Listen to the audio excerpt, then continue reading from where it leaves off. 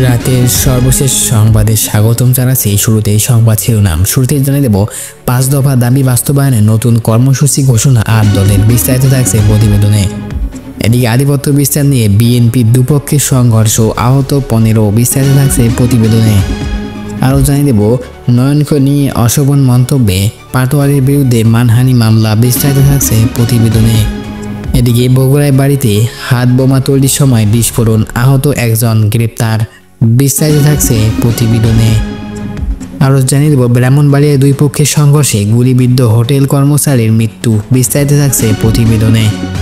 এবং সর্বশেষ জানিয়ে দেব গণভোট কবে জানা যাবে আজকে, বিস্তারিত থাকছে প্রতিবেদনে। এতক্ষণ শুনছিলেন সংবাদ শিরোনাম, এবারে বিস্তারিত। পূর্ব ঘোষিত ৫ দফা দাবি আদায়ের লক্ষ্যে আবারও নতুন কর্মসূচি ঘোষণা করেছে জামায়াতে ইসলামী সহ সমমনা ৮টি দল। সোমবার দুপুরে রাজধানীর পুরানা পল্টনে বাংলাদেশ খেলাফত মজলিসের কেন্দ্রীয় কার্যালয়ে আয়োজিত সংবাদ সম্মেলনে এই কর্মসূচির ঘোষণা দেন বাংলাদেশ খেলাফতে মজলিসের আমির মাওলানা মামুনুল হক। তিনি বলেন, বাংলাদেশ এখন ত্রয়োদশ জাতীয় সংসদ নির্বাচনের দ্বারপ্রান্তে এসে পৌঁছেছে। নির্বাচন ঘনিয়ে এলেও জুলাই সনদ নিয়ে জনগণের প্রশ্ন ও রাজনৈতিক বন্দোবস্ত বাস্তবায়ন এখনও নিশ্চিত হয়নি। এই অবস্থায় সমমনা ৮টি দলের পক্ষ থেকে ৫ দফা দাবি আদায়ের আন্দোলন চালিয়ে যাওয়ার ঘোষণা দেওয়া ছাড়া আর কোনো বিকল্প নেই। নির্বাচনের আগে জরুরি যে রাজনৈতিক নিশ্চয়তা, তা প্রাতিষ্ঠানিক কাঠামো গড়ে তোলার কথা ছিল, তা কার্যকরভাবে বাস্তবায়ন করা হয়নি। মামুনুল হক আরও বলেন, জুলাই সনদের আইনি ভিত্তি প্রণয়ন এখন জরুরি ব্যবস্থা। জনগণ স্পষ্ট নির্বাচন ও নির্ভরযোগ্য ফলাফল চায়, কিন্তু আইনি ভিত্তি ছাড়া জুলাই সনদ কার্যকর হবে না। তিনি দাবি করেন, অবিলম্বে জুলাই সনদ বাস্তবায়নের আদেশ জারি করতে হবে এবং জাতীয় নির্বাচনের আগে পৃথকভাবে গণভোট আয়োজন করে জনগণের মতামত নিশ্চিত করতে হবে। তিনি আরও বলেন, আরপিও সংশোধন করা হলে ৮টি দল তা মেনে নেবে না। আরপিও পূর্বেই মতোই রাখতে হবে, তা না হলে নির্বাচনের প্রক্রিয়ায় দলগুলো অস্থায়ীভাবে আরও বেড়ে যাবে। মামুনুল হক আরও বলেন, রাজনৈতিক দলগুলির মধ্যে আলোচনার মাধ্যমে সমাধানে পৌঁছানো সম্ভব, আর জুলাই সনদের আইনি ভিত্তি নিশ্চিত হলে নির্বাচনী পরিবেশ অনেক বেশি বিশ্বাসযোগ্য হবে। এদিকে আধিপত্য বিচার নিয়ে বিএনপির দুপক্ষের সংঘর্ষ, আহত ১৫।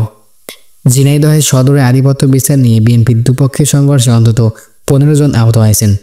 সোমবার সকাল ৮:৩০টার দিকে সদরের কলমখালী বাজারে এ ঘটনা ঘটে।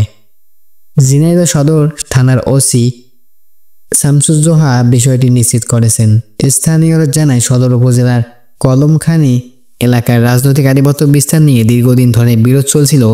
স্থানীয় বিএনপি নেতা আশাদ চৌধুরী গ্রুপের সঙ্গে মাসুদ জোয়াদার ও নাইম গ্রুপের সমর্থকদের।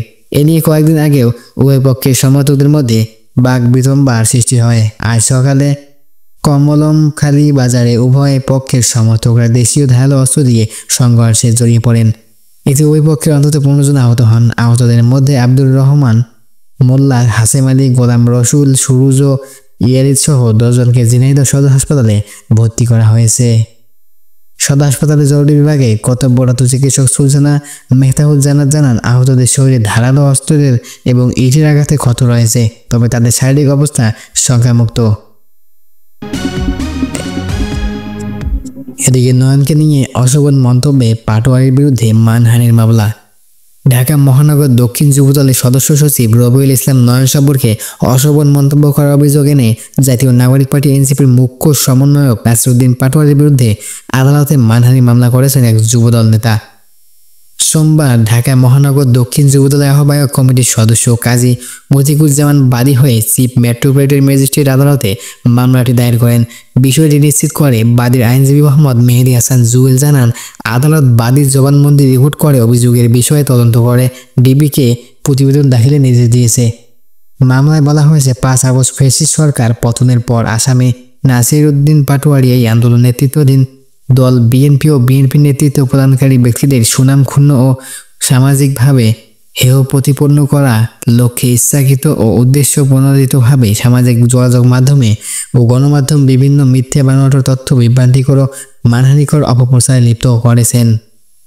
মামলায় বিবরণে বলা হয়েছে, গত ১ নভেম্বর যুবদল নেতা নয়নকে নিয়ে বিএনপি এনসিপি নেতা নাসিরউদ্দিন বলেন, জুলাই সনদ নিয়ে একটি বড় দল গন্ডামি করেছে। ঢাকা মহানগরে একজন নেতা আছে নয়ন, ও একাজে চাঁদাবাজি করেছে এবং দুর্নীতি করেছে। এ টাকা দিয়েও বাংলাদেশে একটা গণভোট সম্ভব। আমরা ওনাদেরকে এতদিন জমজমের পানি দিয়ে পরিষ্কার করতে চেষ্টা করেছি, ওনাদের মাথা ক্লিন হয় নাই, বডিও ক্লিন হয় নাই, এখন আমার মনে হয় ওনাদেরকে বুলগঙ্গার পানি দিয়ে পরিষ্কার করতে হবে। আসামির এই বক্তব্য বিভিন্ন টেলিভিশন চ্যানেল, অনলাইন পত্রিকা ও সামাজিক যোগাযোগ মাধ্যমে প্রকাশিত এবং প্রচারিত হয়। আসামির দেওয়া মিথ্যে বানোয়ার, ভিত্তিহীন তথ্য, বিভ্রান্তিকর ও মানহানিকর বক্তব্যের মাধ্যমে বিএনপি ও রবিউল ইসলামের বিরুদ্ধে মানহানিকর বলে আবেদন উল্লেখ করেছেন। এর আগে নাসিরউদ্দিন পাটোয়ারির বক্তব্যে প্রতিবাদ জানায় যুবদল। নয়ন দাবি করেন তার বিরুদ্ধে কেউ 1 টাকার চাঁদা আদায়ের প্রমাণ দিতে পারলে তিনি যে কোনো সাজা পেতে মাথা পেতে নেবেন। এদিকে বগুড়ায় বাড়িতে হাতবোমা তৈরির সময় বিস্ফোরণ, আহত একজন গ্রেপ্তার।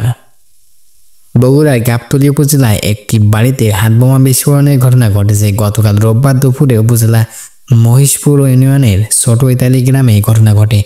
বিস্ফোরণে আতাউর রহমান নামে একজন গুরুতর আহত হন। তাকে শহীদ জিয়াউর রহমান মেডিকেল কলেজ হাসপাতালে ভর্তি করা হয়। আতাউর কুমিল্লার মেঘনা উপজেলায় রামপ্রসাদের চর গ্রামের বাসিন্দা। পরে তাকে গ্রেপ্তার দেখানো হয়েছে। গতকালের এই ঘটনায় পরপরই ছোট ইতালি গ্রামের বিস্ফোরণের স্থলে ঘিরে ফেলে সেনাবাহিনী, পুলিশ, র্যাব ও ডিবি সদস্যরা। উদ্ধার করা হয় বেশ কয়েকটি তাজা হাতবোমা। বোম ডিসপোজাল ইউনিটের সদস্যরা এসে উদ্ধার হওয়া হাতবোমাগুলো নিষ্ক্রিয় করেন। পরে বাড়িটি সিলগালা করা হয়। পুলিশ ও স্থানীয়রা জানায়, কয়েকদিন আগে আতাউর রহমান সহ কুমিল্লা থেকে আসা 4 ব্যক্তি ছোট ইতালি গ্রামের মাদক ব্যবসায়ী মুক্তা হোসেনের বাড়িতে ওঠেন। মুক্তারের স্ত্রী নাজিমা আক্তার মাদকের মামলায় গ্রেপ্তার হয়ে বর্তমান কারাগারে আছেন। গতকাল দুপুর 12টার দিকে মুক্তা বাড়ির ভেতরে একটি শক্তিশালী বিস্ফোরণ ঘটে। এতে আশেপাশের লোকজন আতঙ্কিত হন। পরে বাড়ির ভেতরে প্রবেশ করে রক্তাক্ত অবস্থায় আতাউর রহমানকে উদ্ধার করা হয়। পুলিশে খবর দেওয়ার পর মুক্তার হোসেনের 3 সহযোগী দ্রুত পালিয়ে যান। স্থানীয় লোকজন আহত আতাউরকে উদ্ধার করে হাসপাতালে নিয়ে যান। এদিকে ব্রাহ্মণবাড়িয়া 2 পক্ষের সংঘর্ষে গুলিবিদ্ধ হোটেল কর্মচারীর মৃত্যু।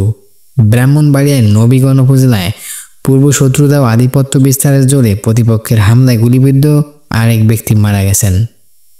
আজ সোমবার ভোর রাজধানীর একটি বেসরকারি হাসপাতালে চিকিৎসাধীন অবস্থায় তার মৃত্যু হয়। এ নিয়ে এই ঘটনায় গুলিবিদ্ধ হয়ে 2 জন নিহত হলেন। নিহত ব্যক্তির নাম ইয়াসিন মিয়া। তিনি উপজেলার আদমনগর গ্রামের শফিকুল ইসলামের ছেলে ও বড়িকান্দি গনি শাহ মাজারের একটি হোটেলের কর্মচারী ছিলেন। এর আগে গতকাল রোববার সকালে ঢাকা মেডিকেল কলেজ হাসপাতালে চিকিৎসাধীন অবস্থায় শিপন মিয়া নামের একজনের মৃত্যু হয়। এই ঘটনায় গুলিবিদ্ধ হয়ে আরও 2 জন চিকিৎসাধীন। তারা হলেন একই উপজেলার খোল্লাকান্দি গ্রামের বাসিন্দা শিক্ষক ইমরান হোসেন, ধল্লাপাঙ্গা গ্রামের রশিদ মিয়ার ছেলে হোটেল কর্মচারী নূর আলম। এই গণভোট কবে জানা যাবে আজকে। বহুল প্রত্যাশিত জুলাই সনদ বাস্তবায়নের ঘোষণা আজই আসতে পারে। এই উদ্দেশ্য বেলা 12টায় প্রধান উপদেষ্টার কার্যালয়ে সরকারের পক্ষ থেকে সংবাদ সম্মেলনে ডাকা হয়েছে। সংশ্লিষ্টরা বলেছে, সংবাদ সম্মেলন থেকে গুরুত্বপূর্ণ অনেক ঘোষণাও আসবে। এর আগে উপদেষ্টা পরিষদের বিশেষ সভা ডেকেছেন প্রধান উপদেষ্টা ডক্টর মোহাম্মদ ইউনূস। নির্ভরযোগ্য সূত্র জানায়, জুলাই সনদ বাস্তবায়নের ঘোষণা ছাড়াও আজকের সংবাদ সম্মেলন থেকে জাতীয় নির্বাচনের দিনই গণভোট করার ঘোষণা দেওয়া হতে পারে। এছাড়া গণভোট ও জুলাই সনদ নিয়ে প্রধান উপদেষ্টা রাজনৈতিক দলগুলোর মধ্যে কয়েকদিন ধরে বিরোধ দেখা দিয়েছে। এরও নাটকের সমাধান মিলতে পারে আজ। পর্দার আড়ালে এমন আশার আলো দৃশ্যমান হচ্ছে। এদিকে গণভোট ও জুলাই জাতীয় সনদ নিয়ে রোববারও বিএনপি, জামায়াত ও এনসিপি শীর্ষ নেতাদের একে অপরের বিরুদ্ধে সমালোচনা করতে দেখা গেছে। কেউ কাউকে ছাড় দিয়ে কথা বলেননি। এক পক্ষ আরেক পক্ষের দায়ী করে বক্তব্য দিয়েছিলেন। এই যখন অবস্থা, তখন মূল দ্বন্দ্ব হয়ে দেখা দিয়েছে নোট অফ ডিসেন্ট। বিভিন্ন দলের আপত্তি, অর্থাৎ ঐক্যমত্য কমিশন চূড়ান্ত সিদ্ধান্ত নিয়েছে এমন কিছু বিষয় রাজনৈতিক দলগুলো তাদের আপত্তি দিয়েছে। জুলাই সনদের 84টি প্রস্তাবের মধ্যে 61টি প্রস্তাবেই কোনো না কোনো দলের নোট অফ ডিসেন্ট রয়েছে।